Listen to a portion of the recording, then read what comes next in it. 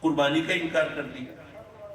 بلکہ اس کو دوسرے انداز سے، اور میں کئی بار وہ بات کہہ چکا ہوں گا، لیکن ماشاءاللہ ہم لوگوں کی یادداشت بھی ایسی ہے، پھر بھلا بھی دیتے ہیں، اور سلسلہ کلام کو جوڑنے کے لیے اگر اس بات کو دہرا دیا جائے تو اس میں کوئی مذائقہ بھی نہیں ہے۔ دیکھیے اللہ تبارک و تعالیٰ نے ہمیں پیدا فرمایا کس لیے؟ وَمَا خَلَقْتُ الْجِنَّ وَالْإِنسَ إِلَّا لِيَعْبُدُونِ، تو میں عبادت کے لیے پیدا فرمایا۔ اچھا عبادت کسے کہتے ہیں؟ آپ کہیں گے جناب یہ کیا سوال ہوا، عبادت کسے کہتے ہیں؟ بھئی روزے ہیں، نمازیں ہیں، حج ہے، زکوٰۃ ہے، صدقہ ہے، خیرات ہے، یہ جناب قرآن مجید کی آپ تلاوت کر رہے ہیں، یہاں ہم سب لوگ یہاں پہ ایک دینی محفل کے اندر آئے ہوئے ہیں، یہ سب عبادات ہیں۔ میں عرض کروں گا کہ آپ یہ دیکھیے کہ رمضان کا مہینہ ہو، 14 گھنٹے کا روزہ ہو، اور ظاہر ہے کہ بھوکا پیاسا رہنا ہے، روٹی نہیں کھانی، پانی نہیں پینا، اپنے نفس کو لگام دے کے رکھنا ہے، اپنی نفسانی شہوانی خواہشات کی تکمیل نہیں کرنی۔ کیوں؟ اس لیے بنیت عبادت، عبادت کی نیت سے، اللہ کی رضا کے لیے۔ اگر آپ اس نیت کے بغیر، اگر آپ صبح صادق سے لے کر غروب آفتاب تک یہ کھانا پینا چھوڑے رکھیں اور تمام پرہیز روا رکھیں، لیکن اگر نیت عبادت کی نہیں ہے تو وہ صرف ایک فاقہ ہے، ڈائٹ کنٹرول پروگرام ہے، لیکن روزہ نہیں ہے۔ اب یہ سب کام کیا ہم نے اللہ کی رضا کے لیے، اب مجھ جیسا گناہگار یہ سوچے کہ 14 گھنٹے بھوکا پیاسا رہوں، اپنے نفس کو لگام دے کے رکھوں اور اس طرح رب مجھ سے راضی ہو، لیکن میں تو چونکہ زیادہ گناہگار ہوں، میں زیادہ بڑا خطا کار ہوں، مجھے تو رب کو راضی کرنے کے لیے زیادہ کوشش کرنی چاہیے۔ تو اگر میں یہ مغرب کے وقت روزہ کھولنے کی بجائے تراویح پڑھ کے آؤں، 3 گھنٹے مزید بھوک اور پیاس برداشت کروں اور روزہ رکھے رہوں اور اپنے نفس کو لگام دیے رکھوں، تو جب میں زیادہ مشقت اٹھاؤں گا اور زیادہ سختی کا سامنا کروں گا اور اس طرح بھوک اور پیاس کی شدت کو زیادہ دیر برداشت کروں گا، تو میرا رب مجھ سے زیادہ راضی ہوگا اور ثواب بڑھ جائے گا، اور اللہ کی رضا جوئی کے لیے مجھے کوشش کرنی چاہیے۔ کیا خیال ہے؟ کیا یہ سوچ درست ہے؟ کیا روزے کا ثواب بڑھ جائے گا؟ کیا اللہ زیادہ راضی ہوگا؟ نہیں۔ اسی طرح اگر کوئی عید کے دن روزہ رکھے تو لوگ کہتے ہیں شیطان ہے، عبادت کر رہا ہے، روزہ رکھ رہا ہے، پھر شیطان کہہ رہے ہو، یہ تو عبادت کی توہین کے مترادف ہے۔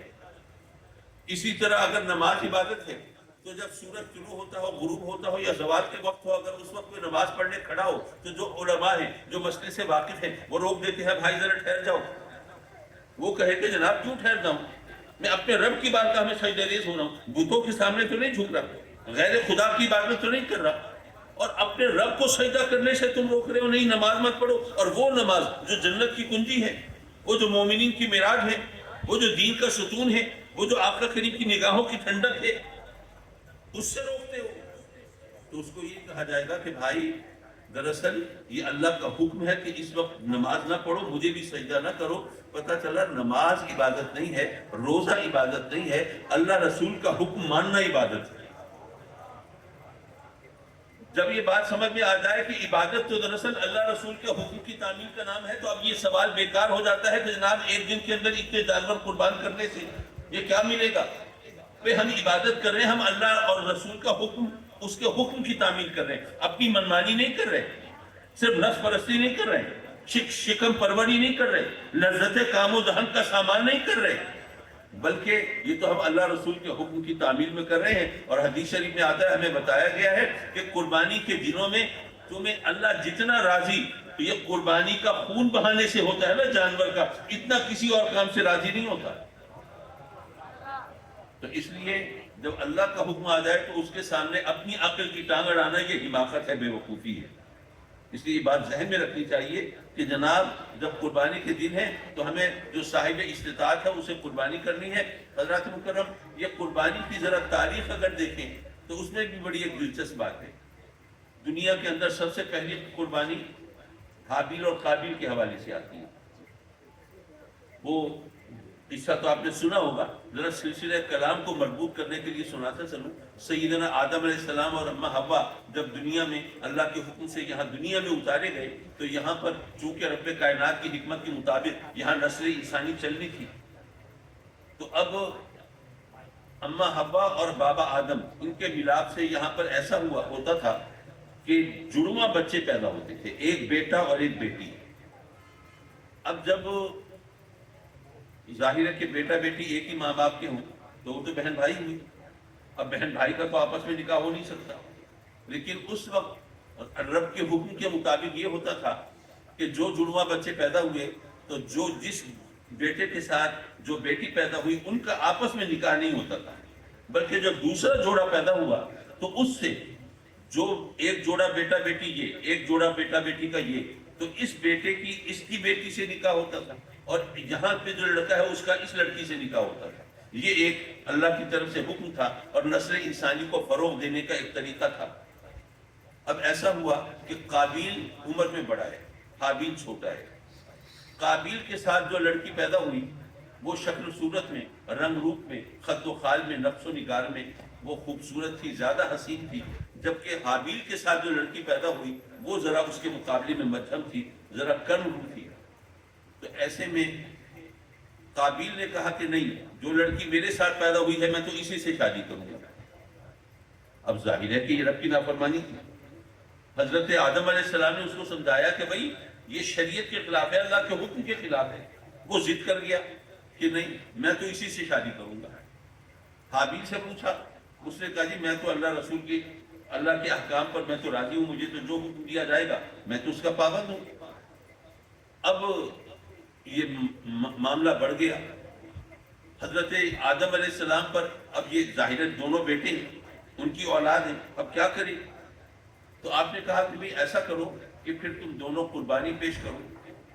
اور جس کی قربانی قبول ہوگی نا پھر اس کی بات مانی جائے گی، رب کی طرف سے اشارہ ہوگا بھئی یہ جو کہہ رہا ہے یہ بات صحیح ہے۔ اب قابیل کا کام کیا تھا؟ قابیل کا پیشہ تھا کہ کاشتکاری، کھیتی باڑی، اور جو حابیل ہے وہ بکریاں چراتا تھا۔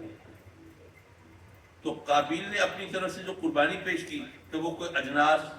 کوئی غلہ، کوئی جو بھی تھے، اب میرے پاس ظاہر ہے کہ میں کہوں کہ وہ گندم تھی یا چاول تھا یا دالیں تھی، نہیں، وہ اجناس میں سے، زمین میں سے جو اجناس پیدا ہوتی ہیں وہ تھی۔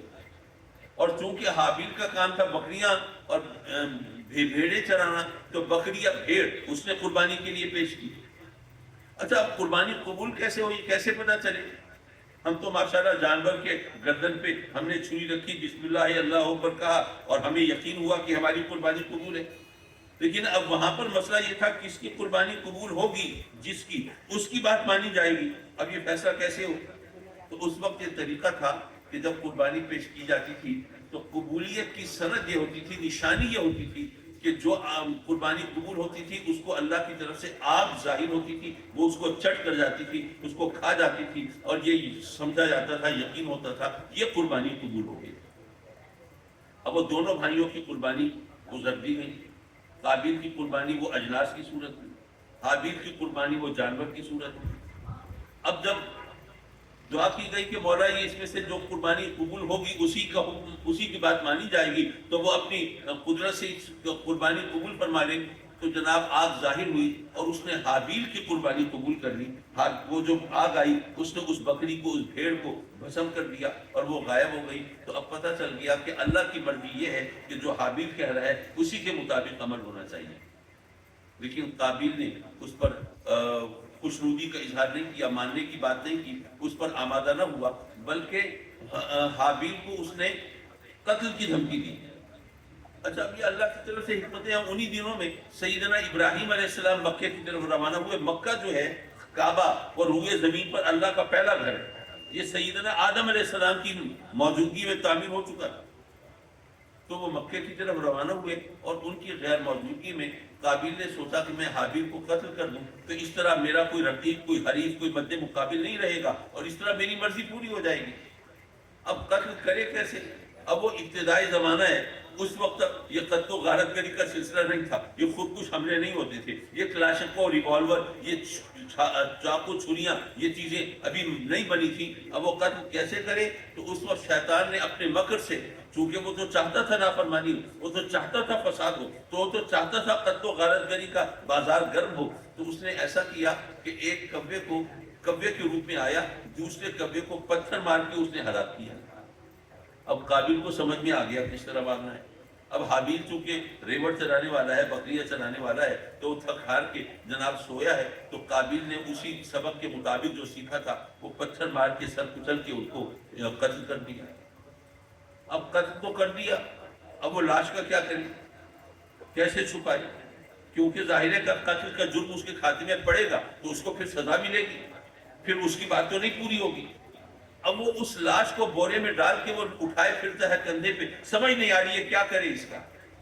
اب وہاں پر بھی وہ شیطان نے پھر اپنے وقت سے کام لیا، وہ جناب مرا ہوا کوا جو ہے وہ اس کو دفنانے کے لیے وہ اپنی چونچ سے وہ زمین کھودتا ہے اور اس کے اندر کبے کو دفنا دیتا ہے، اور اس طرح وہ قابل کو پتہ چلتا ہے کہ میں نے اس لاش کو اس طرح چھپانا ہے۔ پھر وہ شرمندہ بھی ہوتا ہے کہ میں یہ کبے سے بھی گیا گزرا ہوں، اس کو پتہ ہے لاش کو کیسے چھپانا ہے، اور میں جناب انسان ہو کے اشرف المخلوقات ہو کے اور جنت سے آیا ہوا ہو کے مجھے نہیں پتا تھا۔ وہ اپنے کیے پر شرمندہ نہیں تھا، اپنے گناہ پر نادم نہیں تھا، وہ اپنے اس کمی اور اس کوتاہی اور اس اپنی بے عقلی پر شرمندہ تھا۔ بہرحال یہ تمام واقعہ آپ نے سن لیا اور ظاہر کتابوں میں لکھا ہے، میں اس بارے میں کوئی من گھڑت بات تو نہیں کر سکتا، لیکن یہاں ایک سبق ہے جو سمجھنے کی بات ہے۔ وہاں پر یہ سوال ہو رہا ہے کس کی قربانی قبول ہوئی تھی؟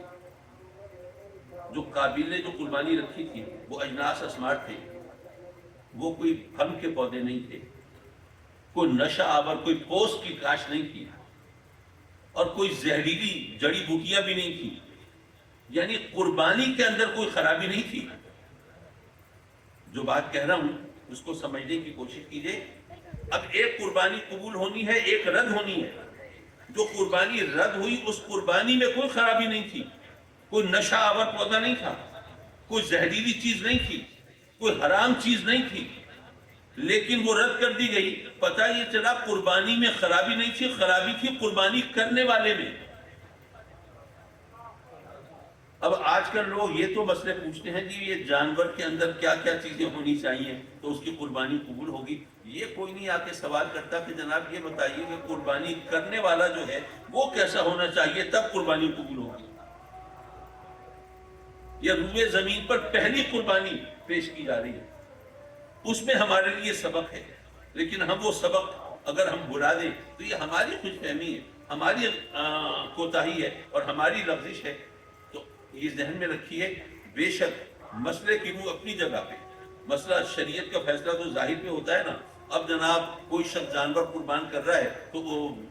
آپ اس کو کیسے کہیں گے کہ نہیں جناب یہ تمہاری قربانی قبول نہیں ہوئی؟ اب وہ بندہ وہ معاملہ اس طرح نہیں رہا، پہلے تو نشانیاں ظاہر ہو جاتی تھی نا قربانی قبول ہوئی یا نہیں ہوئی، اب وہ نشانیاں اس طرح ظاہر نہیں ہوتی، اور رب کائنات پردہ پوشی فرماتا ہے، اب چھپا کے رکھتا ہے، چیزیں اس طرح ظاہر نہیں ہوتی۔ حضرات مکرم، لیکن سبق ہے عقل والوں کے لیے اور نشانیاں ہیں غور و فکر کرنے والوں کے لیے کہ ہم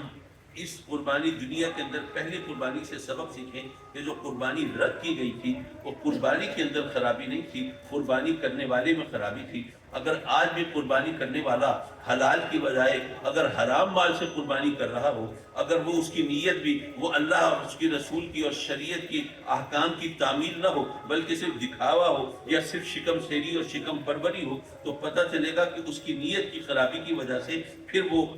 قربانی قبول نہیں ہوگی۔ اور اسی طرح رب کائنات نے ارشاد فرمایا کہ لن ینال اللہ لحومها ولا دماؤها ولکن ینالہ التقوی منکم، کہ صرف تقوی تمہارا پہنچتا ہے، یہ گوشت اور خون نہیں پہنچتا۔ یہ مت سوچنا کہ جناب بڑا شاندار جانور خریدا، بڑا قیمتی جانور خریدا تو تمہاری واہ واہ ہوگی، تمہاری واہ واہ یہاں پر تو ہوگی لیکن جہاں ہونی چاہیے وہاں پہ نہیں ہوگی۔ حضرات مکرم، یہ تمام باتیں، یہ تقریریں، یہ واعظ و خطاب یہ تو آپ سنتے رہتے ہیں۔ اچھا، میں اتنی لمبی تقریریں کرنے کا عادی نہیں ہوں، آج تقریر کو زیادہ لمبی ہوگی، لیکن بہرحال اس محفل میں مجھے آپ دوستوں سے گزارشیں کرنی تھی۔ آپ میں سے آج کل مہنگائی کا زمانہ ہے اور غربت بہت بڑھ گئی ہے، اور جناب وہ لوگ بیچارے قرضوں کے بوجھ تلے دبے ہوئے ہیں اور معاشی طور پر بہت پریشان ہیں، لیکن اس کے باوجود اللہ کے فضل و کرم سے اللہ کے وہ بندے جو صاحب استطاعت ہوتے ہیں ان کے اندر جوش ہوتا ہے، جذبہ، بلکہ بعض لوگ وہ جو صاحب استطاعت نہیں ہوتے وہ بھی خواہش کرتے ہیں کہ کسی طرح کچھ پیسے جوڑ کے میں بھی قربانی کر دوں، میں بھی ان لوگوں کی صفوں میں شامل ہو جاؤں۔ یہ ایک جوش جذبہ ہوتا ہے ہمارے اندر، ہم اللہ کے فضل و کرم سے وہ قربانی کرتے ہیں۔ اب وہ قربانی کرتے ہیں تو ظاہر ہے کہ اس کا سری پائے، اس کے گوشت وغیرہ، اس کے کلیجی گردے، وہ تو ہم اس سے لطف اندوز ہوتے ہیں، غریبوں میں بھی بانٹتے ہیں۔ اور یہ بھی عرض کرتا چلوں کہ کہ جناب بہت اچھا صاف ستھرا گوشت اپنے لیے رکھ کے اور صرف چھیچڑے اور جناب چربی غریبوں میں بانٹنے کے لیے چھوڑ دیں تو اس سے وہ قربانی کی قبولیت پر ضرور حرف آتا ہوگا۔ اس لیے یہ میں نہیں کہہ رہا کہ آپ اپنی پسند کا گوشت نہ لیں، وہ ضرور لیں، لیکن جو غریبوں کو دیں وہ بھی وہ رز کیا ہوا گوشت نہ ہو، بلکہ وہ گوشت ہو کہ اگر ویسا گوشت آپ اپنے گھر بھی پکائیں تو آپ کو کوئی دقت نہ ہو، کوئی دشواری نہ ہو، یہ ذرا خیال رکھنا چاہیے۔ بہرحال تو یہ چیزیں تو آپ استعمال کر لیں گے، لیکن ظاہر ہے کہ کھال تو کھانے کی چیز نہیں ہے، وہ تو آپ نہیں کھا سکیں گے، اور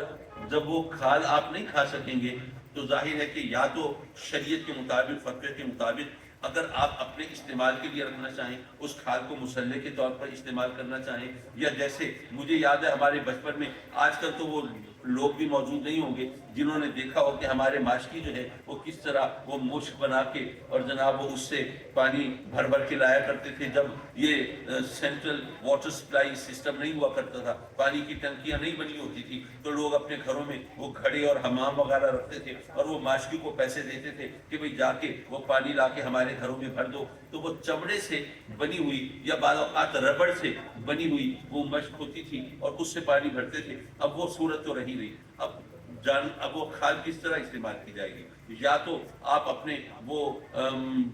شو پیس کے طور پہ گھر کی دیواروں پہ سجا لیں گے، یا جناب آپ اس کو مسلح کے طور پر استعمال کر لیں گے، یہاں کہیں یعنی اس طرح۔ لیکن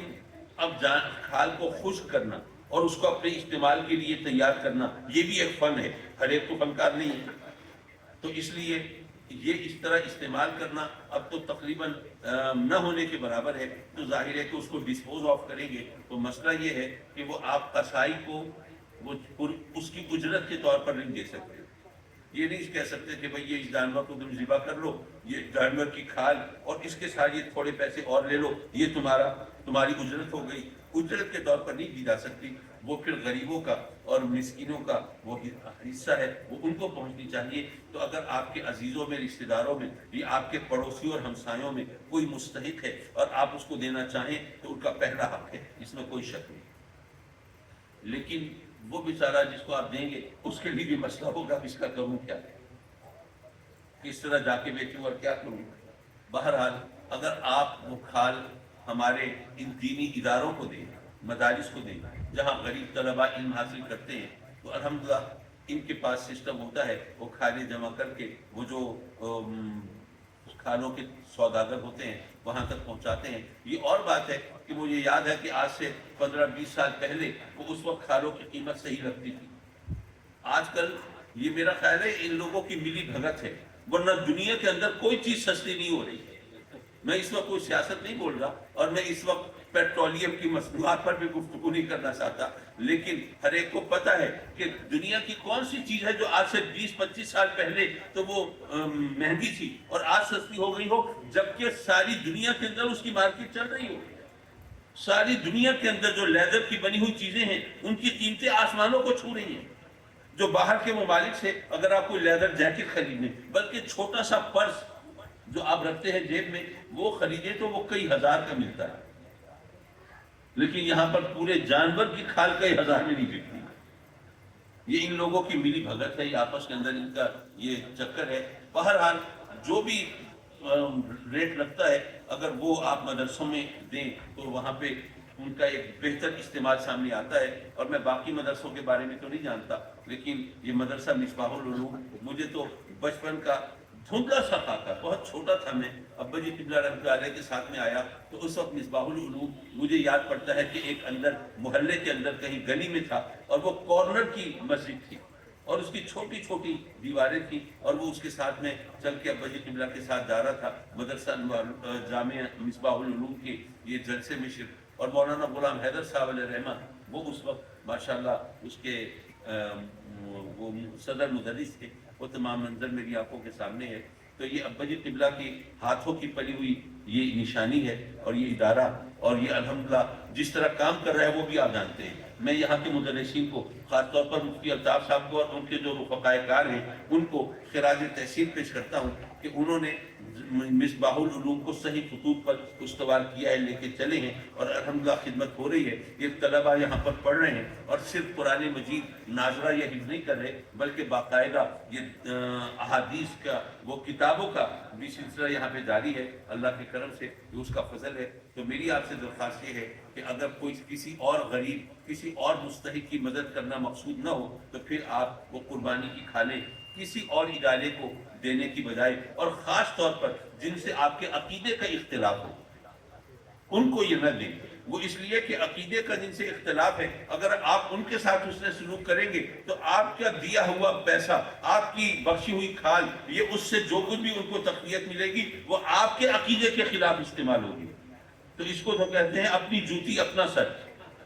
تو اپنی جوتی اپنے سر پہ نہ پڑنے دیں، بلکہ اپنے اہل سنت کے جو ادارے ہیں ان کی سرپرستی کریں، اور جامعہ یہ مصباح العلوم کے ساتھ تو ضرور حسن سلوک کریں۔ رب کائنات اپنے کرم سے ہماری حاضری کو مقبول و منظور فرمائے۔ وآخر دعوانا ان الحمد للہ رب العالمین۔ اللہم صلی علی سیدنا و مولانا محمد وعلی آل سیدنا و مولانا محمد وبارک وسلم وصلی علیہ۔ ربنا آتنا فی الدنیا حسنہ وفی الآخرۃ حسنہ وقنا عذاب النار۔ میرے مولا آپ کے کرم سے اس مبارک محفل میں حاضری کو مقبول و منظور فرما، اور یہاں پر جو صاحبان استطاعت ہے جو قربانی پیش کریں گے مولا ان کی قربانی کو مقبول و منظور فرمانا، اور اپنے کرم سے اپنے حبیب کے صدقے میں اس کے صلے میں مولا ان کو، ان کے گھروں کو، سب کو آباد رکھنا، ہنسی خوشی رہنا بسنا نصیب فرمانا، اور اپنے کرم سے میرے مولا یہ سب تیرے بندے جو تیری بارگاہ میں جھولیاں پھیلائے بیٹھے ہیں ان کی حاجتوں کو اور ضرورتوں کو مولا تجھ سے بہتر کون جانتا ہے۔ ان سب کی حاجت روائی کر دے، ان سب کی مشکل کشائی کر دے۔ اگر کوئی ان کی الجھنیں ہیں تو ان کو سلجھا دے، کوئی بگڑے ہوئے کام ہیں تو ان کو بنا دے۔ میرے مولا یہ کچھ لوگ بیمار ہیں ان کو سوکھی صحت دے دے، شفائے کاملہ دے دے۔ کچھ نوجوان بے روزگار ہیں، اپنے کرم سے ان کو باعزت روزگار دے دے، حسب خواہش روزگار دے دے۔ اور کچھ بچے امتحانات کے مراحل سے گزر رہے ہیں، ان کے لیے امتحانات کو آسان کر دے، اور زندگی کے ہر میدان میں اور ہر امتحان میں سرخرو فرما، اور ان کا مستقبل روشن فرما۔ اور میرے مولا کچھ والدین اپنے بچوں بچیوں کے رشتوں کے بارے میں بہت پریشان ہیں، مولا اپنے کرم سے انہیں اپنے بچوں بچیوں کی بہاریں دیکھنا نصیب فرما، خوشیاں دکھا میرے مولا، اور اولاد کے ہر دکھ سے بچانا، ہمارے بچوں کو برے کاموں سے بچانا، بری سوچوں سے بچانا اور بری صحبت سے بچانا میرے مولا، اور اپنے کرم سے ان کو ہمارے لیے عزت و راحت کا سبب بنانا میرے مولا۔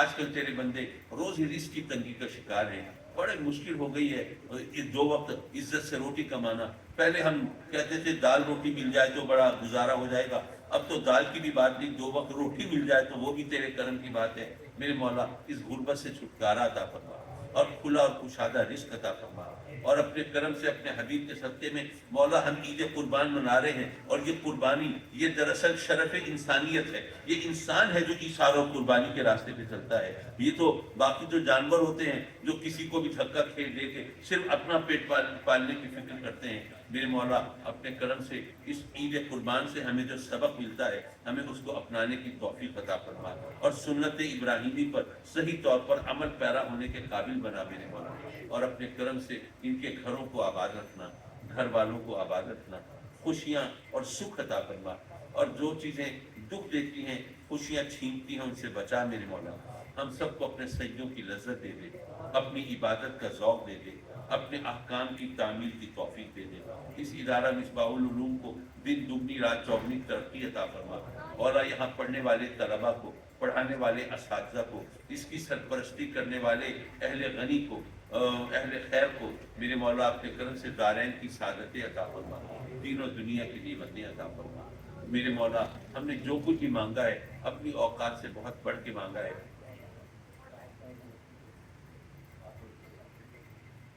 الطاف صاحب کی بیٹی کے لیے کن کی اولاد ہے؟ مفتی الطاف صاحب کی۔ اچھا، آپ نے کہا ان کی بیٹی کے لیے دعا کریں۔ بیٹے، اچھا بیٹے کے۔ ہاں، چراغ صاحب تشریف رکھتی ماشاء اللہ، ابھی اللہ کے فضل و کرم سے چراغ روشن ہے الحمدللہ۔ ہمارے مفتی الطاف صاحب جو یہاں صدر مدرس ہیں، دعا کریں اللہ تبارک و تعالیٰ ان کو خوش نصیب اولاد عطا فرما، ان کو زندگی والے فرزند عطا فرما، ان کو نیک صالح اولاد نرینہ عطا فرما، مولا ان کی جھولی بھر دے اور دین کی خدمت کے لیے ان کو بہت ہمت و قوت عطا فرما اور بہت مہلت عطا فرما، اور جتنے بھی اولاد ہیں سب کو صاحب اولاد ہے میرے مولا۔ ہم تیرے کمزور ناتواں بندے ہیں، ہم کڑی آزمائشوں کے قابل نہیں ہیں مولا۔ یہ اولاد جو ہے یہ تیری بہت بڑی نعمت اور بہت بڑی رحمت ہے، اپنے کرم سے سب کی شامل حال فرما، سب کی جھولیاں بھر دے۔ آمین آمین آمین یا رب العالمین۔ وصلی اللہ تعالی علی خیر خلقہ ونور عرشہ محمد وآلہ وصحبہ اجمعین، آمین برحمتک یا ارحم الراحمین۔